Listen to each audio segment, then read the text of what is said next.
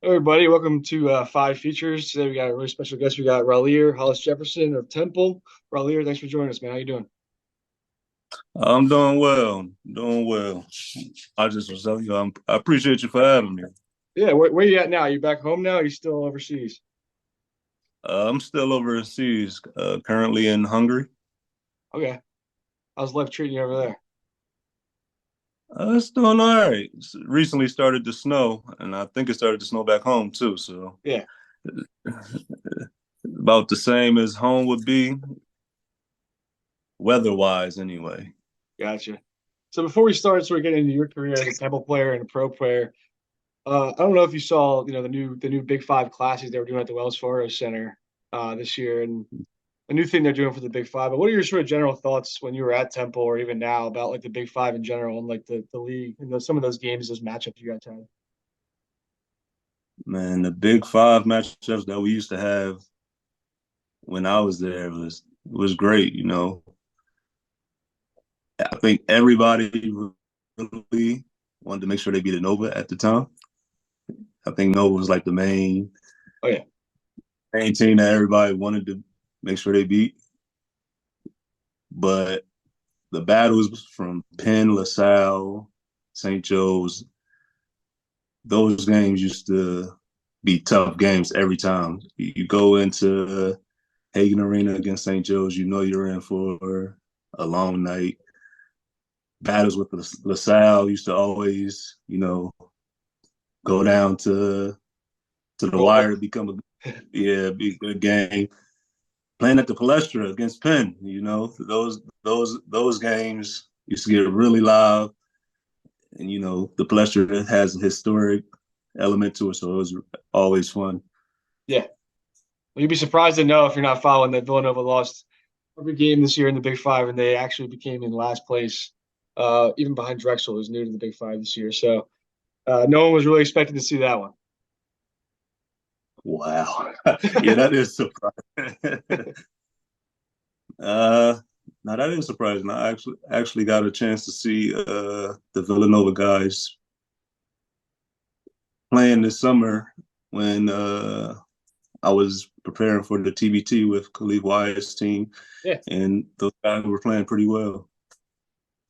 What was that experience like, the Big Five? I know you guys didn't end up winning that thing, but there's a lot of hype sort of built around that. You guys were the team Big Five, right? Yeah. It was a pretty good experience. We put together. I think Khalif and Rob, they put together a pretty good team of players, and we had a chance to actually go in and win some games. We just gave it up at the end of Yeah. our game. Yeah. No, it's a fun tournament though. I'm looking forward to watching that again. So when you're coming out of high school, you're a Chester guy, a highly touted program there. Talk about like some of the offers you had, or maybe some of the options that you were weighing as far as like being more of a local guy, staying close, and like sort of exploring around your options.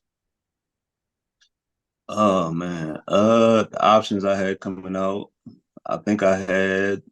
Let's see, if we're talking about the Big Five, I had St. Joe's, Temple. I don't think LaSalle didn't recruit me. I had Villanova at one point, and I don't think I got any looks from Penn at that time. So, but I had I had some pretty good options coming out, Yeah, just based off of Chester been a good program where we played nationally ranked schedules, and we played some of the top teams all over. yeah, So I was looked at by Pittsburgh because we had someone who committed there. Looked at by a Georgia Tech or some other things, yeah, but staying close to home, knowing that basketball was a big deal in Philadelphia and in Chester. So being close to home, that was important to me. Have my family come and right. support and watch those games, especially being the first in my family to play at the collegiate level. Yeah. And what can you say about like Dunphy as a coach and a guy who like recruited you? I don't know if you saw he just got his 600th win.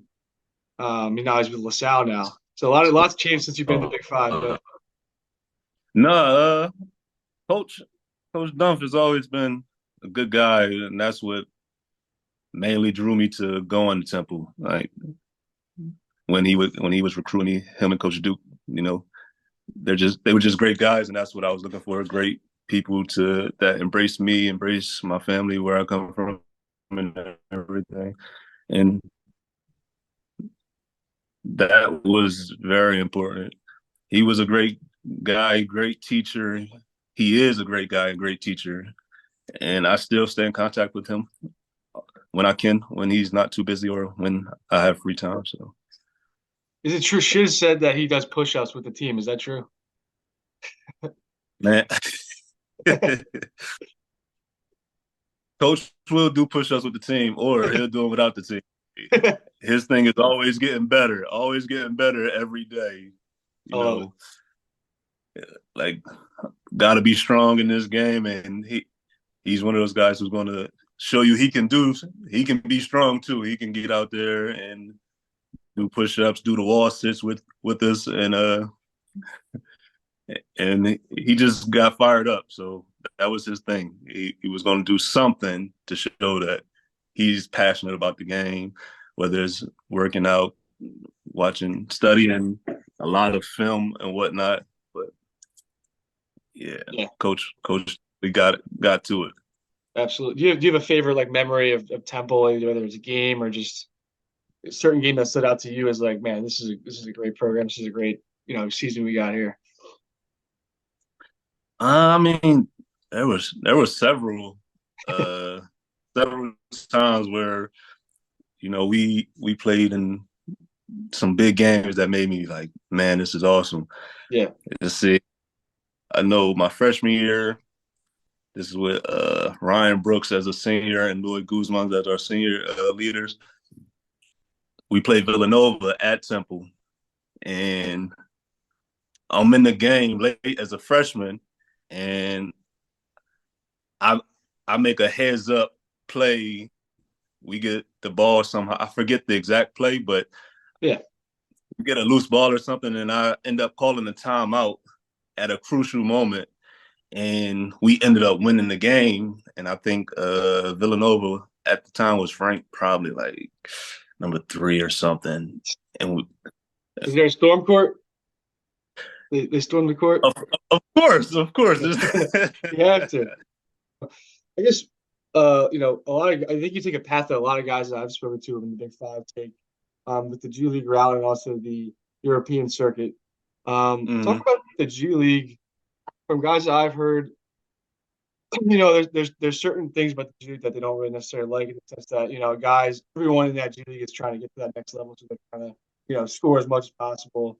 Not a real team game. It's tough to like kind of stick out, and there's also from what I've heard, some politics around some of those leagues. So talk about like your experience there. I know you've been on a couple teams.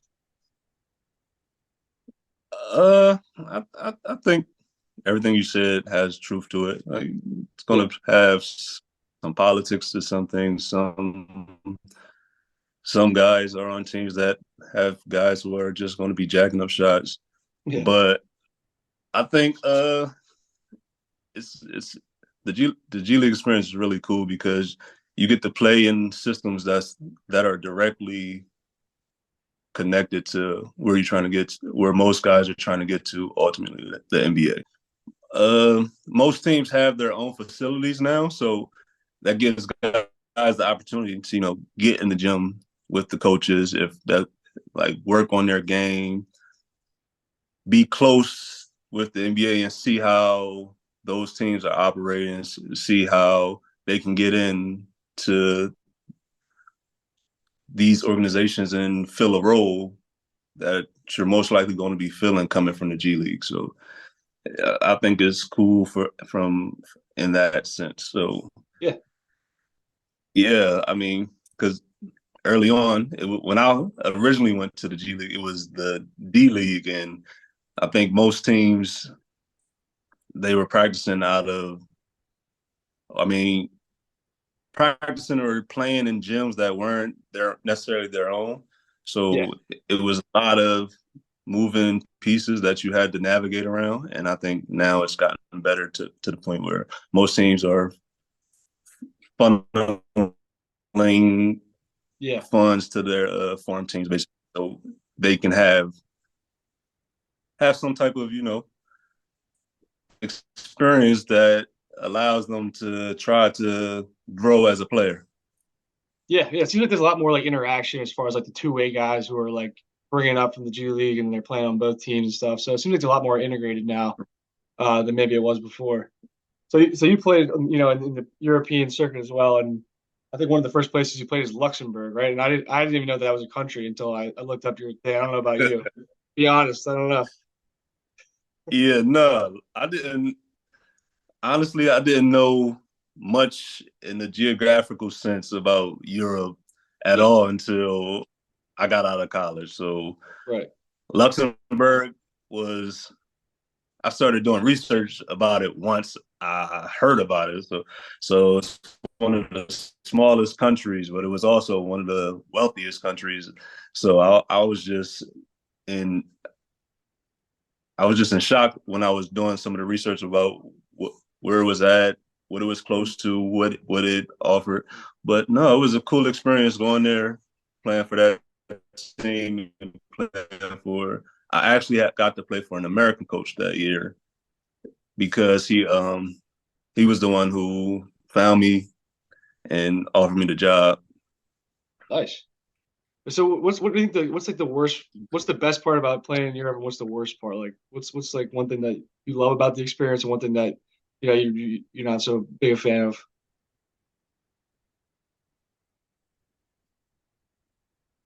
of? For me, the best part is I get to do what I love and play on basketball. I get to travel the world, see different cultures, and learn about different types of people.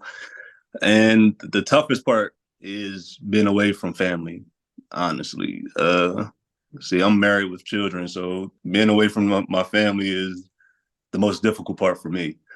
Now, I guess for some people, it may just be you have to really learn not learn. I say you have to adjust to being on your own all the time because the time difference, you Right. don't get to talk to your friends and family all the time because they may be sleeping or you may be going to sleep and they may just be getting up or Right. something like that. A lot of video games. You play video games? I do. I to pass my time I watch a lot of movies, do puzzles and I play Call of Duty, stuff There you like go. that, just to try to pass time. I try to play that too. These young kids are too good though. They kick our ass. I mean, these 12-year-old kids, I go on there, I get killed. Yeah, I get my wins here and there, and I think like everybody that's a normal player, you think somebody's cheating every now and then. So yeah, one quick thing I did want to bring up myself. I was looking at your Instagram. I saw, you were on the set for Sandler's movie, The Hustle, right? So what was that experience like? Did you get to meet the Sandman? I did. It's crazy because when I met him initially, it was well no, during the scene. Let's see if you remember, they're practicing at the Sixers facility, Yeah. and while we're recording, everybody's like, "You can't film, you can't take pictures of anything just yet, or whatever." So it's me and a couple other guys. He comes up, he's like, "Man, we take a picture of that." And he was so cool and so chill. He's like, "Yeah, don't worry about that. Come on, take a picture real quick." And I was like, "All right, that's cool. It's cool that he's interacting with everybody. He's a cool dude." And it was a pretty good experience. If I could experience it again, I would do it. Yeah. Yeah, it's good to hear that. People always say he's the man, like he's like cool with fans and stuff. So like that you're a testament to that is awesome. So just Yeah, kind of no, okay. no, I'm listening. I'm listening. Yeah, so just kind of like moving forward with with your life. You obviously basketball is your main thing. You just said how blessed you are, to do make a living from playing basketball. Is this something that you want to sort of be involved with the rest of your life, as far as like maybe coming back to Philly, Chester area, and being involved in coaching, or is that just too far ahead now to really think about? Uh, I'm actually. Oh, what happened? Oh, there we go.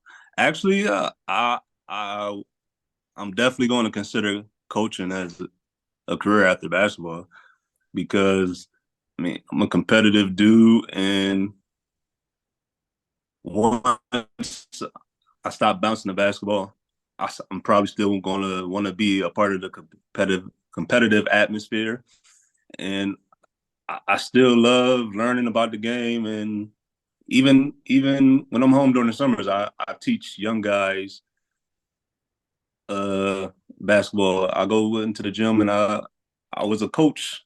I was kind of a coach over the summers for a high school in Chester, Yeah, and so and I enjoy doing it. So I think there's something that I can see myself doing, whether it's on the high school level, the collegiate level, or whatever, or even trying to work my way into the pro level. Pro yeah, level. So it's something that I'm definitely going to consider just to stay around the game. right. Just part of me at this point. Yeah, yeah. I think you're a guy who has brings a lot of value to a lot of these programs as well, as because not only are you a great player, but you've kind of done the route all over the place, and you played at the professional level, you played at a high college level, and you know what it's like for a lot of these young guys who are coming out of college and like trying to figure out what the hell they're going to do. Right. Yeah. Well, I really Yeah. appreciate. No. Oh, go ahead. I'm I, cutting you off. Sorry, I I didn't mean to get. definitely.